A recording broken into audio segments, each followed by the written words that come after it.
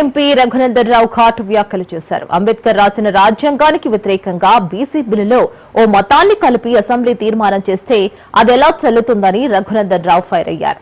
మీకు చిత్తశుద్ధి ఉంటే బీసీల కోసం 42% తీర్మానం చేసి పంపండి, మేము కూడా మద్దతు పలుకుతామని అన్నారు. ఎన్నికల్లో లబ్ధి కోసమే కాంగ్రెస్ బీసీ ఎజెండా తీసుకుందని అన్నారు. మీకు చిత్తశుద్ధి ఉంటే మంత్రివర్గంలో సగం బీసీ ఎమ్మెల్యేలను మంత్రులుగా చేయండి అని కూడా అన్నారు.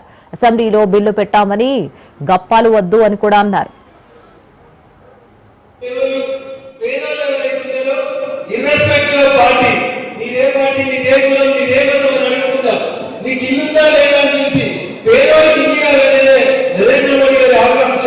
ఈ దేశంలో ఇల్లు లేనటువంటి వ్యక్తులకు ఉండకూడదనేదే దురాత్మని కోరిక. కాబట్టి ఏ రాష్ట్రం ఎన్నికలు అడిగితే నిజాయితీగా పన్నీళ్ళు ఇస్తా ఉన్నాం.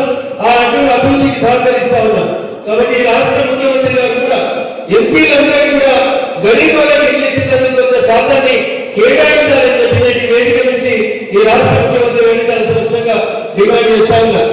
నేను భాస్కర్ గారిని అడిగిన, అందరికి ఇంట్లో ముఖ్యమంత్రి రాని ఇల్లు కట్టింది కదా, మీ గజవేలకు ఇల్లు రావాలంటే భాస్కర్ ఏం చెప్పిందంటే, మల్లన్న సాగర్లో ఎవరినైతే ఊళ్ళు లేచిపోయి మునిగిపోయిందో వాళ్ళ కోసం కట్టిన ముఖ్యమంత్రి ఇల్లు తప్పితే గజవేలు గరీబులకి దాని ఒక్కరికి కూడా ఒక్క ఇల్లు రాలేదన్న 10 ఏళ్ల కేసీఆర్ పాలనలో చెప్తున్నాడు.